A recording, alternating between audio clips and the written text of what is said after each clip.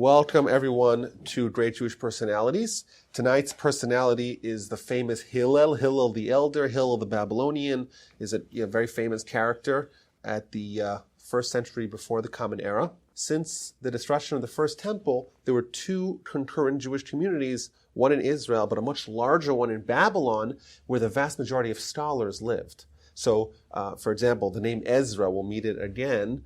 Ezra was someone who was in Babylon and actually came back to Israel to help repopulate the Jewish community in Israel, then was called Judea, but to repopulate it with scholars and rabbis because there was an abundance of Torah scholars in Babylon and a paucity of Torah scholars in Israel. Hillel lived a very long life, 120 years, which we'll see will be significant.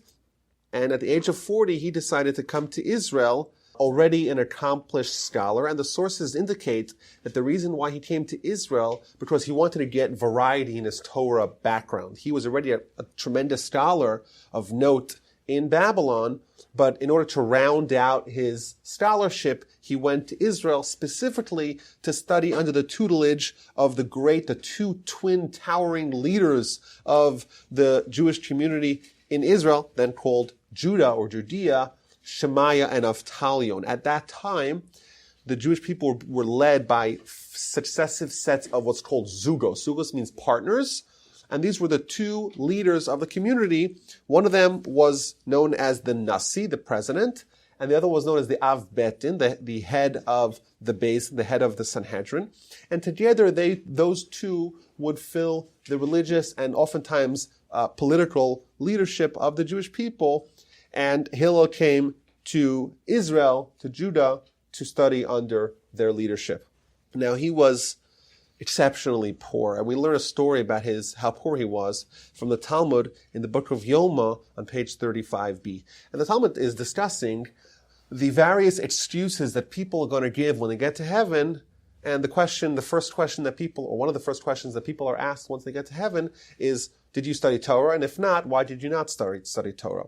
So the Talmud tells that there's going to be three groups of people that are going to come to heaven. The poor people, the wealthy people, and the sinful people. And they're all going to be asked the same question, why did you not study Torah?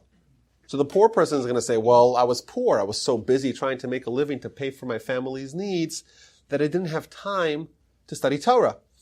And the response that they're going to be asked is, well, were you more poor than Hillel? And yet Hillel found time to study Torah despite the fact that he was inordinately poor. And the story that the Talmud goes on to say is that he was a woodchopper, and he would go out to the forest every day to chop wood and sell it. And he would earn on an average day about a size, it's a tropik, which is a kind of coin.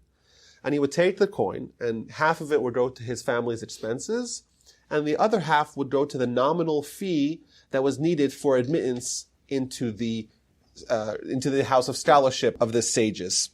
So every day he would take his earnings, half of it would go to his wife and kids, and the other half would go to pay to enter the yeshiva to go study under Shemaiah and Avtalion. There was once, it was a Friday, and it was snowing, it was very cold, and he was being unsuccessful in chopping down trees. It was very hard, back-breaking labor, but, he did it every day, yet this particular Friday he was unsuccessful and he had no money. So he gets to the yeshiva, and he tries to go in to study, and the guard at the door says, I'm sorry, if you can't pay the nominal fee, it was a very small amount that they charge, if you can't pay that, you can't come in. Undeterred, he decides that there is actually they had a ceiling window, a skylight that brought a natural light. So he climbed onto the roof and stuck his ear onto the window. So at least he could hear the murmurings of Torah, whatever he can make out from that perch on top of the roof, which of course shows tremendous dedication. And he's listening, and it's Friday, and it's winter time, and it starts to snow. And it's snowing, and it's overnight. The scholars in the yeshiva, they don't notice because they're studying by candlelight. but it's morning time, and they notice that it's kind of dark. So Shemaiah and Avtalion, Shemaiah says Avtalion, the two scholars, it says every morning when it's the crack of dawn, there's a lot of light here. But today it seems to be a little bit cloudy, a little bit dark. Maybe it's dark outside. So they look up and they see the silhouette of Hillel, unconscious, listening in to their lecture. Quickly they climb up. They find him under a pile of snow. Now the halacha is you're not allowed to clear away snow on Shabbos, but if you're going to potentially save a life, then you would be allowed to. So they take him down and they revive him, bring him back, warm him up, and then they declare, for someone like Hillel, who's so dedicated to Torah study, there's no better person in the world to desecrate the Shabbos to save. There's a few interesting takeaways from this story. First of all, it's Friday night, and what are the scholars doing? They're studying Torah. For how long? An hour, 2 hours? No. They're studying the entire night and into the next day. Just it gives a little bit of an insight into the standards or the norms of the Torah scholarship of the time. Really remarkable. And it wasn't just two scholars, it was two scholars with cadres of students listening in. So that's the first item of note. A second item of note is just, Hillel himself. He traveled from Babylon to Israel to study Torah, and he's willing to give up half of his salary to get in on the lecture. Furthermore, one day he's not able to make it, and in his view, he's so entirely one-sided to the spiritual realm, it's as if they denied him food. And he's determined to feed himself, so to speak, spiritually. He climbs into the roof and he listens in. And he spent the better part of 40 years studying under Shemaiah and Avtalion. Upon the death of Shemaiah and Avtalion, he returned to Babylon. And ultimately, several years later, he's going to make his way back in remarkable fashion. The Talmud says that when Hillel came back from Babylon to Israel, it's comparable to when Ezra, many years prior, came back from Babylon to Israel. The Gemara says in Sukkah, Reish Lakish, who's one of the great rabbis of the Talmudic era, he says that when Torah was forgotten in Israel, Ezra came from Babylon and reestablished it. It got forgotten again, and came Hillel Habavli, Hillel the Babylonian, came back to Israel and once again reestablished Torah again. So we just learned about what it was like when Hillel was in Israel the first time. Tremendous scholarship, Shemaiah and Avtalion, studying the whole night. What happened in the interim? What's the backstory that prompted Hillel to leave Babylon once again and come back to Israel to go replenish the ranks of the Torah scholars in Israel? So there's a background to the story here. At that point in time, it was a tremendous low point. The leader of Israel at the time was Herod the Great. And the backstory of Herod is that his father was Antipater, was the Roman procurator over Israel, and he appointed his son, Herod, the governor of the Galilee in the year 447 before the Common Era. Herod's about 25 years old. And the Galilee, throughout that whole period, was known for patriotism. They were the settlers, so to speak, the people that hated the notion of pagan Romans coming in and controlling Israel. It was always a hotbed of that kind of attitude.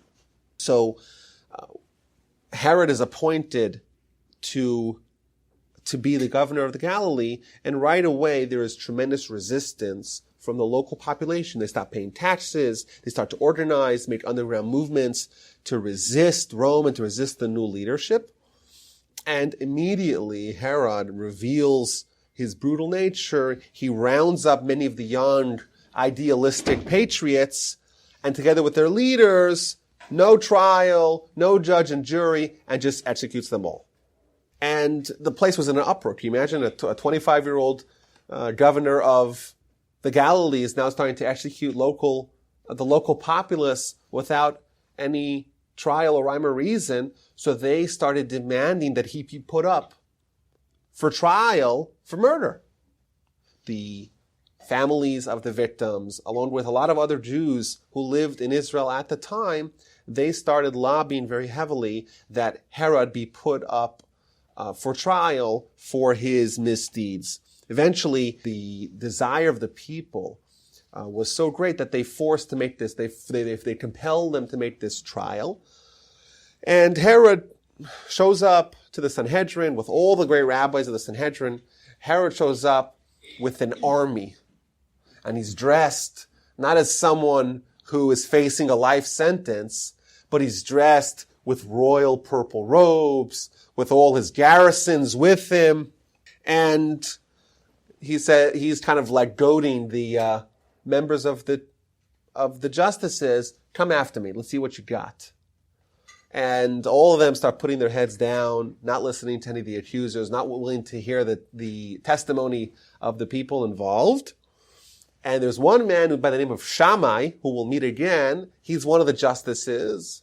And he gets up and he makes a very fantastic announcement. And in Josephus, he records the text of the speech that Shammai gives in front of the assembled in the courthouse.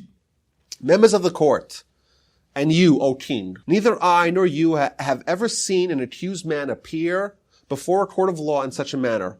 All the accused have come before the court have done so with trepidation and fear and dressed in black. But Herod, who is accused of mass murder and was summoned here as a major criminal, has come before us dressed in purple, his hair festively groomed, escorted by soldiers to threaten us with death if we were to convict him.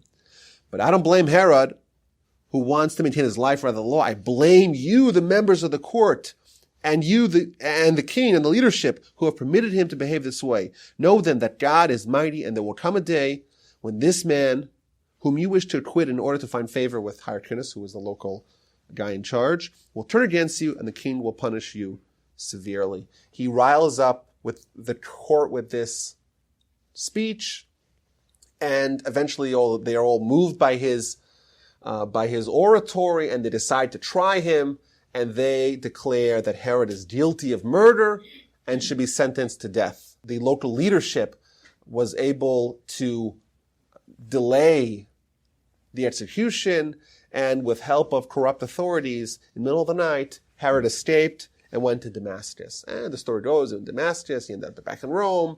Eventually, he was declared by the Roman Senate as king of Judea. And 10 years later, he comes back with a vengeance to try to avenge all the people, and especially all the rabbis who tried to have him executed several years prior. And he would go on to rule Judea with an iron fist from the year 37 till he finally died 4 years before the Common Era.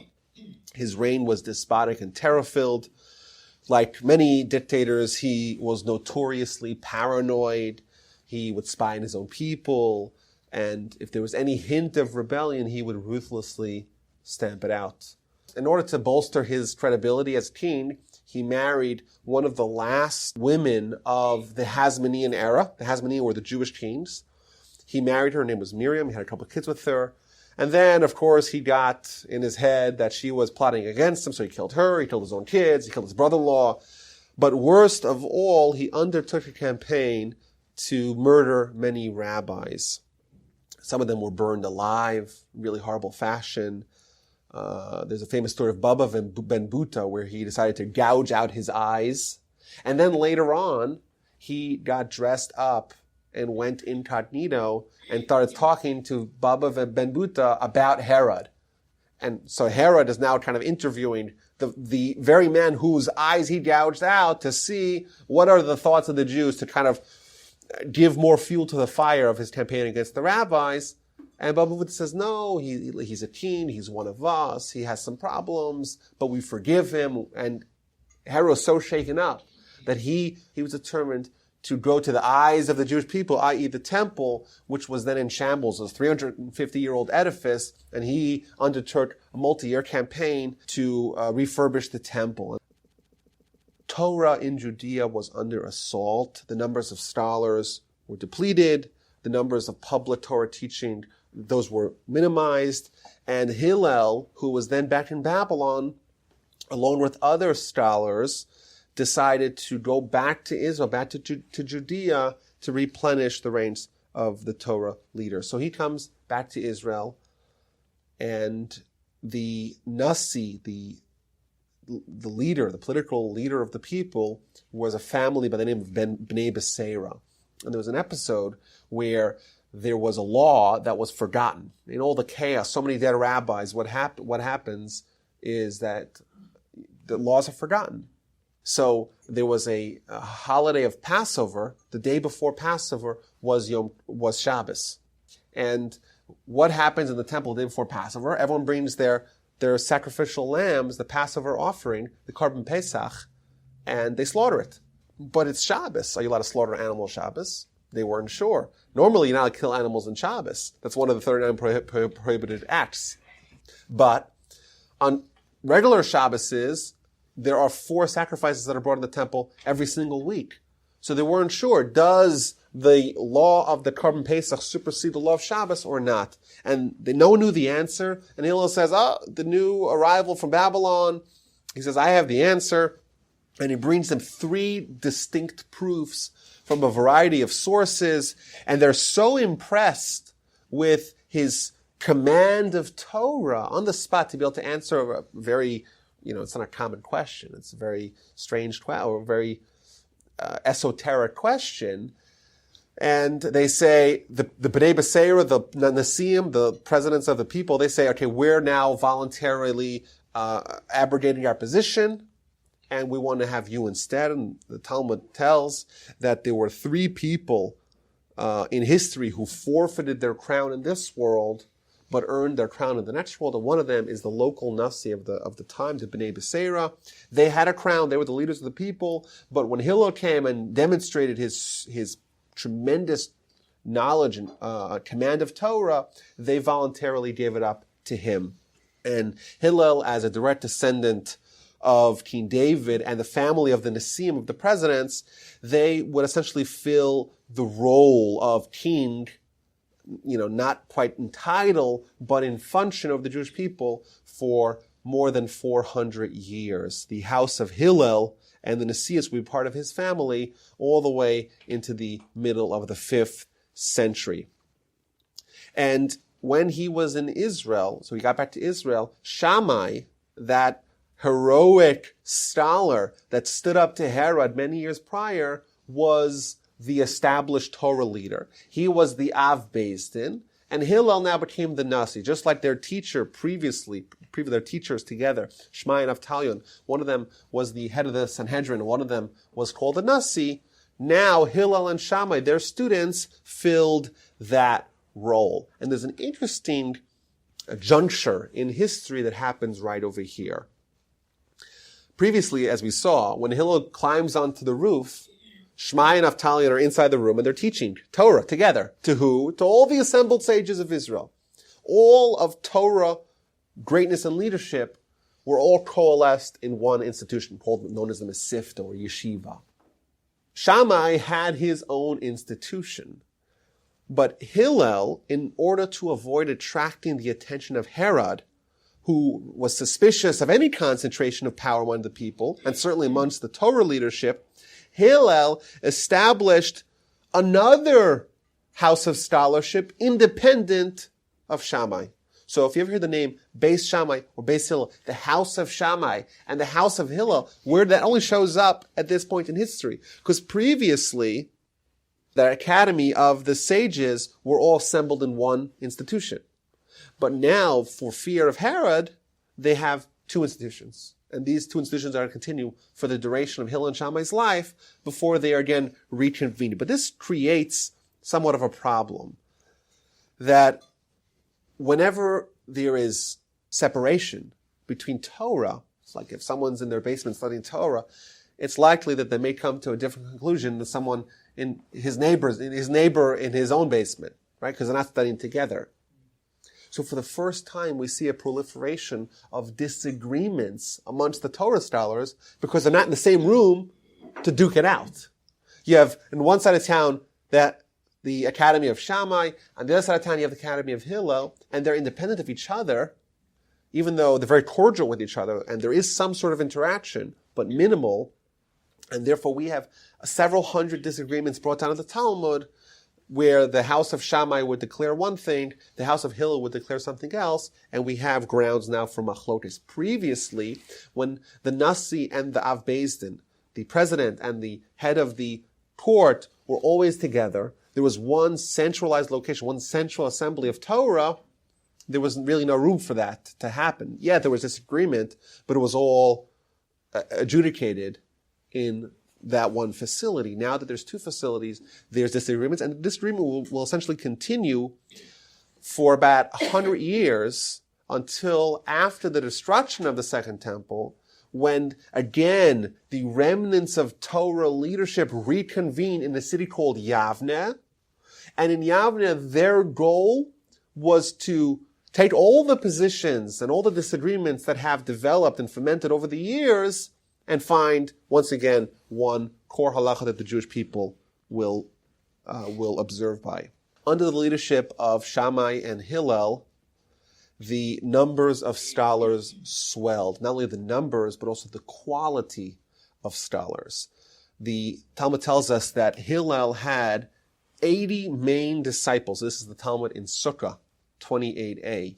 Hillel had 80 main disciples. 30 of them were so pious and such great scholars that it was worthy that the Shekhinah would rest upon them like the Shekhinah rested upon Moses. Another 30 were so righteous, so pious, and such great scholars that they were worthy to have the sun stop in its tracks like it did for Joshua.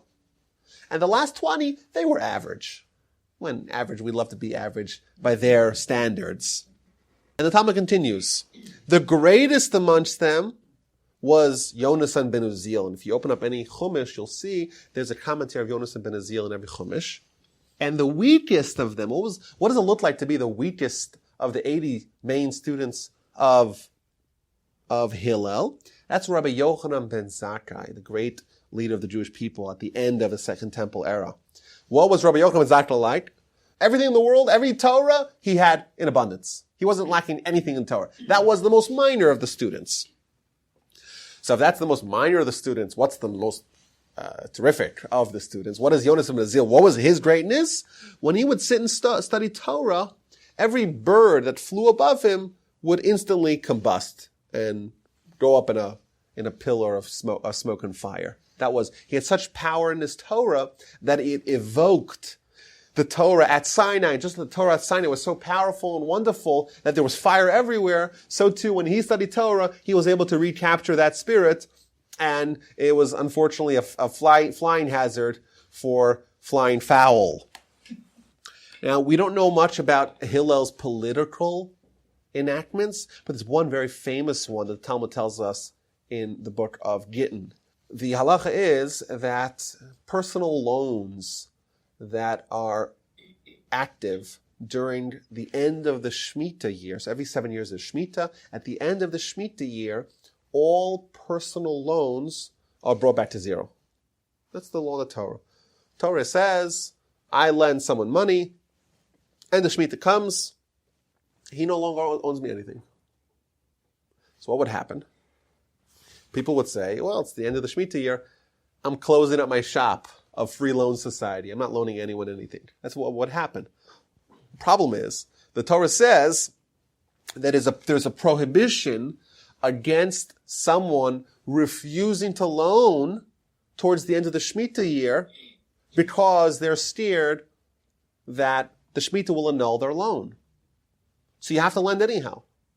But Hillel noticed the people were not fulfilling this mitzvah.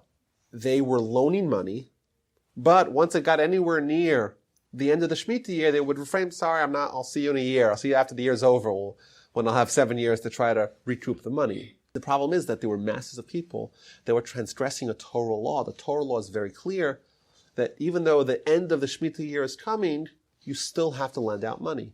So what Hillel did, he standardized and popularized a loophole. The loophole is known as the Prus Bowl. And the reason why he did this was to uphold the Torah. The Talmud tells us, Hillel tikkun pruzbul. Hillel enacted the pruzbul, the pnei tikkun olam, in order to perfect the world. And what this in effect did, it outsourced the loan to the court. So if I lend Dave money, and then I write a pruzbul, the pruzbul is me giving over the rights to withdraw the money to a third party, the court. And the halacha is that only personal loans are annulled at the end of the year, but not loans to an institution like the court. And therefore, they become my proxy. So after the year of Shemitah is over, I can still come and collect because now you're quote unquote owing it to them. Now this loophole was in existence prior.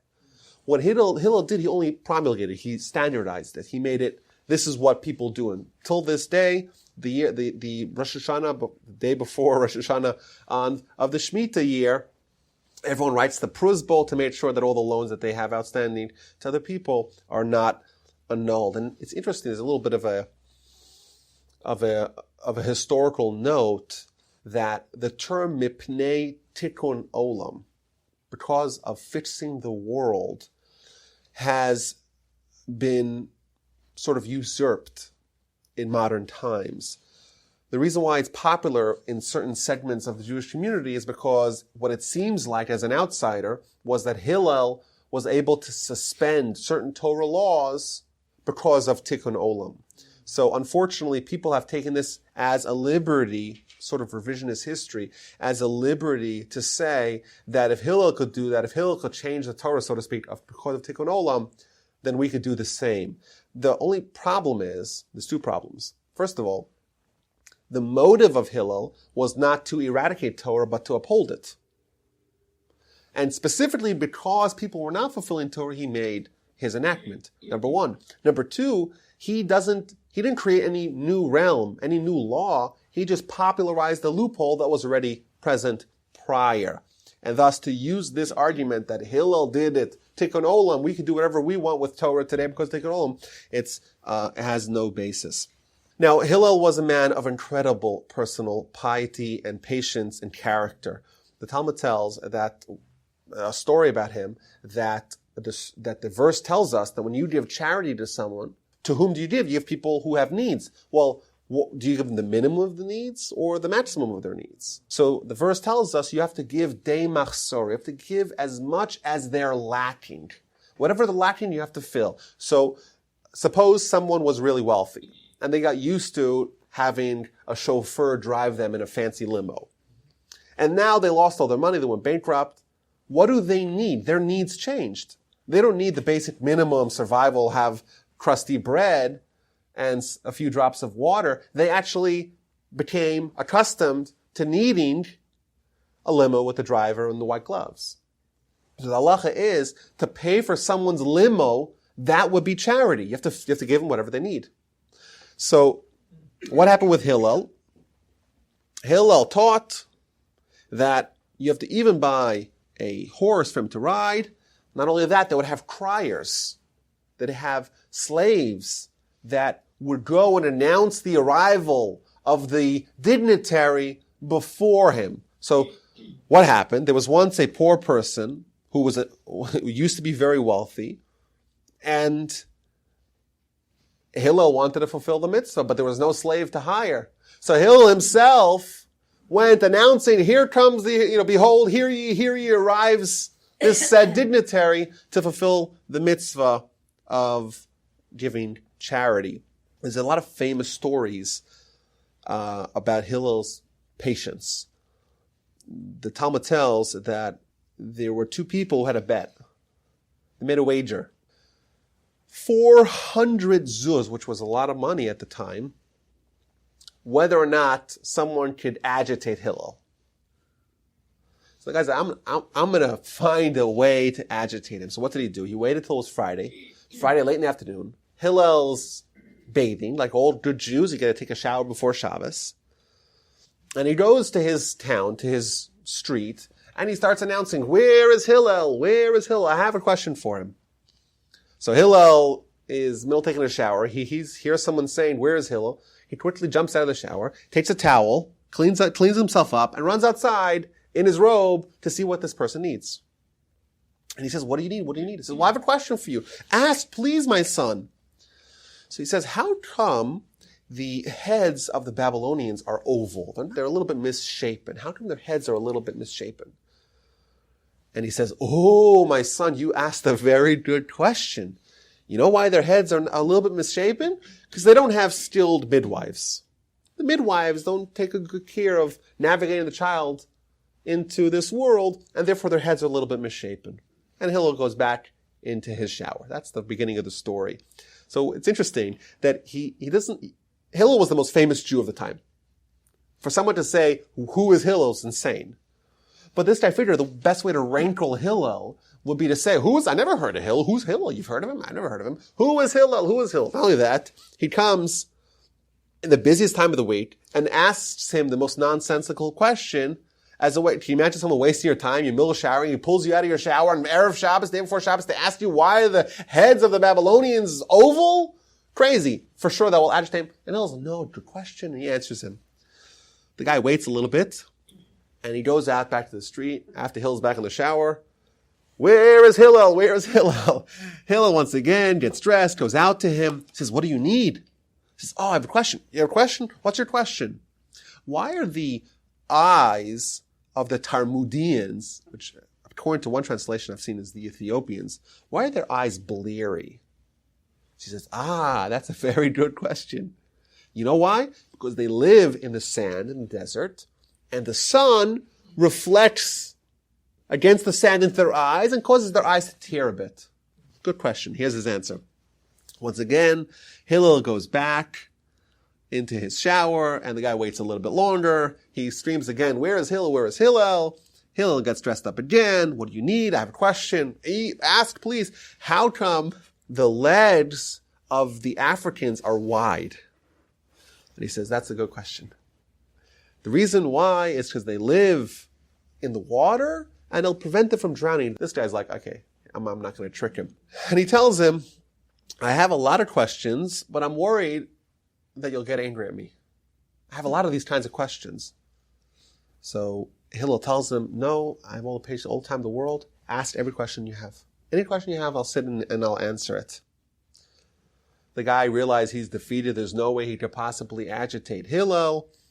And he says to him, you're Hillel that is known as the Nasi, the president, the prince of Israel? He says, yes. He says, well, I don't like you, and I don't think there should be any more people like you.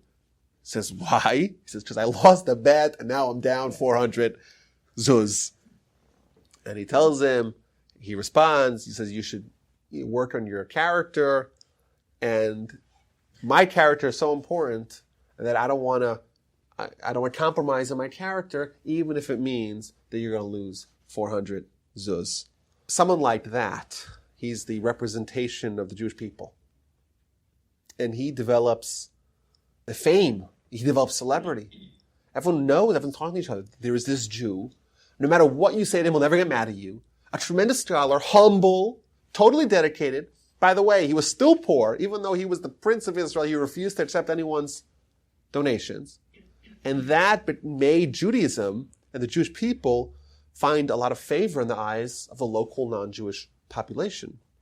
So legions of prospective converts descended upon the yeshiva and say, where do we sign? How do we join this wonderful nation? Because it has people like Hillel at the helm. So the Talmud tells that one such non-Jew showed up to the yeshiva. He Googled the yeshiva, and he ended up in the wrong one. He ended up with Shammai. So he walks in the door and he says, I want to talk to the head of the yeshiva. And he tells him, okay, I want to convert, but I have a few questions. He says, okay, how many Torahs do you have? He says, 2, the written Torah, the oral Torah. So the non-Jews, the brazen prospective convert says, I believe in the written Torah. I don't believe in the oral Torah. Still make me Jewish. Still convert me. You wasted my time, says Shammai, with this nonsense. He starts screaming at him, and the guy runs away. Someone tells him, maybe try the yeshiva down the block. He goes down the block, and presents the same argument to Hillel, and Hillel says, okay, I'll convert you. He converts him. And then, okay, you have to go to your lessons. What's your lessons? So he says, okay, well, you got to learn the alphabet. You got to learn the Hebrew alphabet. So he says, this is an aleph, and this is the sound that it makes, and this is a bet, and this is the sound it makes, and gimel and dalet, etc. Do your homework. Tomorrow, come back for your second lesson. So the guy memorizes it the whole night and comes back. Hillel says, are you ready for your next lesson? Hillel says, okay, this is an aleph, and he shows him a bet. This is a bet. He shows him a dalet. This is a dalet. He switches everything around. And the guy's like, wait a minute, slow down. Yesterday, you told me you flipped it. What's going on over here? He says, oh, wait a minute. You want to read the written Torah without the oral Torah. How do you even know what the letters, what the order of the letters are, what sounds they make, if you don't believe the oral Torah tradition? Hillel found an ingenious way to show him, to demonstrate that oral Torah are essential and immutable and incontrovertible, and they're necessary. And the guy gets it. Oh yeah, of course, you have to have oral Torah, and I'll join the fold entirely. There's another story, a story that has been hijacked as the terminology of the golden rule, if you've ever heard that. The golden rule was originated by Hillel, and not only that, was fully observed and behaved by this principle was Hillel, and it was usurped and commandeered by the early Christians because they would use that as a way to get their converts, so to speak. So the story goes, is from the Talmud and Shabbos. A non-Jew goes to Shammai again, he makes that mistake, and Shammai tells it, and he says, oh, I want to study Torah, I want to become Jewish, but teach me all of Torah while I'm balancing on one leg. What kind of mockery you're making here? You want to study all of Torah on one leg? He starts screaming at him, and get out of here. We're trying to study Torah, we're being serious. What are you doing? And he leaves, he goes in front of Hillel, and Hillel tells him the following statement, Da'alach sani lechavrecha lo savid, which is a reformulation of V'ahavta l'reacha kamocha, love your fellow as yourself. Zui Torah kol Torah kul, this is all of Torah. Everything else is commentary. Zil Gemara, go learn. Very famous idea that was taken over by other religions and other peoples and other ideologies, the golden rule. But this is where it originates. That somehow all of Torah is encapsulated in this one mitzvah of V'ahavta l'reacha kamocha, of loving your fellow as yourself. A third story the Talmud tells that a non-Jew was walking by the house of scholarship, and he overhears the discussion inside, and they're talking about the beautiful garments of the Kohen Gadol, of the holy priest in Jerusalem, describing such beautiful and ornate design of the various garments, and he's so entranced, and he says, goes to Hillel, and says, I want to join the Jewish people, but I have a condition. What's his condition? I want that once I join, I'll become the high priest and be able to wear those beautiful garments. Shammai is just apoplectic with him, and he says, get out of here, don't waste my time, what kind of nonsense? And he gets him out of there. And he comes before Hillel, and Hillel converts him. But after he says, well, okay, you want to be the high priest, but you got to learn the laws. You can't have someone who ascends to the leadership without knowing what to do. So let's start studying. So they start studying, and they get to the verse that says that if there is a non-Kohen that brings a sacrifice in the temple, they get executed.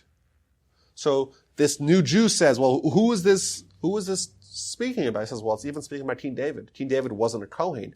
If King David himself, the greatest king we've ever had, wants to bring a sacrifice as a Kohen, he too gets executed. So this new convert, he recognizes, he says, wait a minute, if this is told about King David, certainly it's about me, and he was able to kind of join without any of his crazy shenanigans. And once again, we see Hillel's tremendous ingenuity and cleverness and also patience on bright display. To be clear, Shammai was a man of remarkable character as well. But Hillel and Shammai, they actually had a very kind of specific disagreement. Everyone agrees you have to have fine character. Shammai seems to be pushing these people away, but they argued, should a Torah teacher be humble, even if it means that the dignity of Torah itself is being compromised? This guy, non-Jew, strolls into the house of scholarship and says, teach me Torah, this kind of Torah. Who are you? You're nothing. Are you coming in and trying to teach the seasoned scholars about your ideas of written Torah and oral Torah? You're an absolute nothing, right? Who are you? You're nobody. That's what Shammai says. You're coming to talk about Torah as if you're an equal and a peer with the great scholars? So he kicked him out. And Hillel came and said, no, the humility of a Torah teacher has to extend to every scenario. You have to always be humble. That was their only disagreement. And what does the verse tell us? That you have to be like Hillel. Even in an instance where the dignity of the Torah is, so to speak, under attack, you have to be humble as well, like Hillel. Hillel and his students succeeded in what they set out to do, to teach Torah, to bring back the glory of Torah back to Israel. And the Torah that we have really comes from the house of Hillel, from Beis Shammai. Many of his students went on, after they died, by the way, they re-merged together, and Torah lived to see another day, thanks to Hillel and Shammai. There's some lessons here. The Mishnah, the chapters of the Fathers, gives a whole list of teachings from Hillel. I want to go through a few of them to just get a little flavor of what he taught, and by the way, what he personified in his behavior. Because everything, or every teaching that is found in the chapters of the Fathers was not just the ideas that the authors of those teachings had, but rather the ideas that those authors of those teachings lived by and behaved by. So Hillel says, you should be like the student from the students of Aaron. What does that mean? Someone who loves peace, someone who pursues peace, someone who loves humanity, and brings them close to Torah. We see indeed how he fulfilled that in his behavior.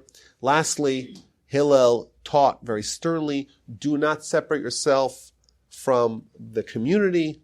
Don't believe in yourself to the day you die. A lot of us have a tendency to get complacent, to say, well, I'm at the promised land. I know I'm a Torah scholar. I'm a great person. I give charity. I'm good. Says Hillel, never take your foot off the gas. Never kind of start mailing it in. Right? You have to always try to strive to improve and become better. And lastly, do not judge others until you reach their place. I would perhaps say that this is all these things are manifestations of his golden rule, all of Torah on one leg. If you actually take that idea of all of Torah on one leg and really flesh it out, what does it mean to love others as yourself? All the lessons of Hillel and indeed all the lessons of Torah, both interpersonal and between man and God, are found in there. The Talmud tells that there were 4 great scholars and leaders of the Jewish people that lived to be 120 years old. Moses, Hillel, Rabbi Yochanan ben Zakkai was Hillel's minor student, and Rabbi Akiva. And it says Moshe was in Egypt for 40 years, he was in Midian for 40 years, and he led the Jewish people for 40 years. Hillel was in Babylon for 40 years. He studied under the leadership of Shammai and Avtalion for an additional 40 years, and for the last 40 years of his life, he led the people as well. When the Torah, the Talmud, compares you to Moshe, we know that the influence that you have really towered over the people. Indeed, Hillel and Shammai as well, but Hillel, more than anyone else of his time, really ensured the Torah would flourish and inspired and continues to inspire the Jewish people until this very day.